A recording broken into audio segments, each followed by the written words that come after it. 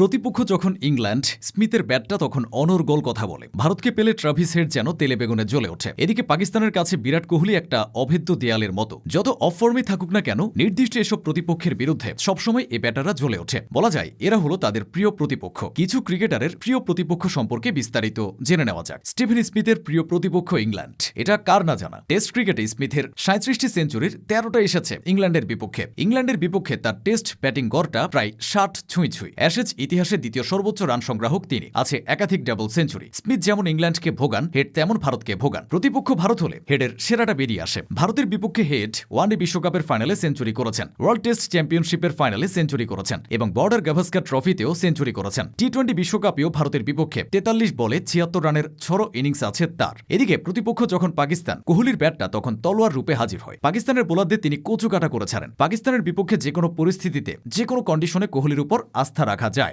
2022 টি-20 বিশ্বকাপের সেই ইনিংসটার কথা একবার ভাবুন। 8 বলে 28 রানের ওই সমীকরণ তিনি কিভাবে মিলিয়েছেন তা এখনও বিস্ময়কর। সব ফরম্যাট মিলিয়ে বড় আসরে পাকিস্তানের বিপক্ষে কোহলি 23 ম্যাচে 81 গড়ে 1221 রান করেছেন, যার মধ্যে রয়েছে 4টি সেঞ্চুরি ও 7টি 50। কোহলির ভয়ে পাকিস্তান যেমন কাঁপে, এবি ডিভিলিয়ার্সের ভয়ে তেমন ওয়েস্ট ইন্ডিজ কাঁপত। ডিভিলিয়ার্স ছিলেন ওয়েস্ট ইন্ডিজ দলের মূর্তিমান আতঙ্ক। ক্যারিবিয়ানদের পেলে তিনি তার সেরা রূপ দেখাতেন। হোল্ডার রাসেলদের সামনে তিনি বাহারি শর্টসের বর্ষা সাজাতেন। ওয়ানডেতে বিশ্ব রেকর্ড গড়া 31 বলে সেঞ্চুরিটি তিনি তাদের বিপক্ষেই খেলেছেন। এছাড়া বিশ্বকাপের মঞ্চেও ওয়েস্ট ইন্ডিজের বিপক্ষে 66 বলে 162 রানের অপরাজিত ইনিংস আছে তার। শুধু ব্যাটার নয়, বোলারদের আছে প্রিয় প্রতিপক্ষ। এ যেমন মুস্তাফিজের প্রিয় প্রতিপক্ষ হল ভারত। মুস্তাফিজের যত স্মরণীয় পারফরমেন্স আছে তার বেশিরভাগই হয়েছে ভারতের বিপক্ষে। ওয়ানডে ক্যারিয়ারে তার 5টি ফাইফারের 3টাই এসেছে ভারতের বিপক্ষে। অভিষেক ওয়ানডে সিরিজ থেকে বিশ্বকাপের মঞ্চ কিংবা দ্বিপাক্ষিক সিরিজ, ভারতকে সব জায়গায় ভুগিয়েছে কাটার মাস্টার। রোহিত শর্মা ও রবীন্দ্র জাদেজারা ফিসকে সামাল দিতে গিয়ে বহুবার প্যাভিলিয়নে ফিরেছেন। ফেরা যাক ব্যাটারদের প্রসঙ্গে। যুবরাজ সিংকে কেন বড় মঞ্চের ক্রিকেটার বলা হতো জানেন? কারণ তিনি সবসময় অস্ট্রেলিয়ার বিপক্ষে নিজের সেরাটা দিতে পারতেন। অজিতের সামনে পেলে বীর দর্পে হাজির হতেন যুবরাজ।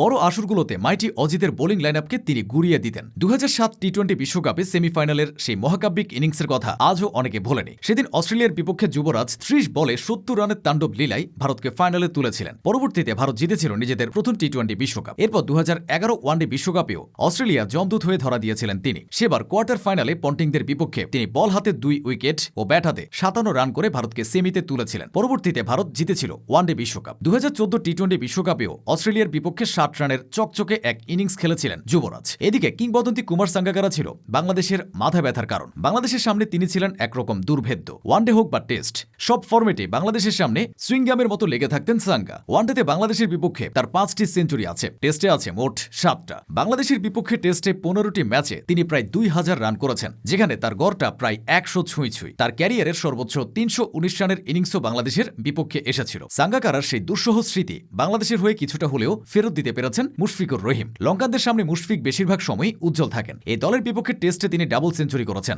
আছে আরও মোট 3টি শতক। ওয়ানডেতেও আছে 2টি সেঞ্চুরি, যার মধ্যে এশিয়া কাপের 144 রানের ঐতিহাসিক সেই ইনিংস তো রয়েছে। টি-20তে 35 বলে 72 রানের দেশসেরা ইনিংসটিও তিনি লঙ্কানদের বিপক্ষেই খেলেছেন।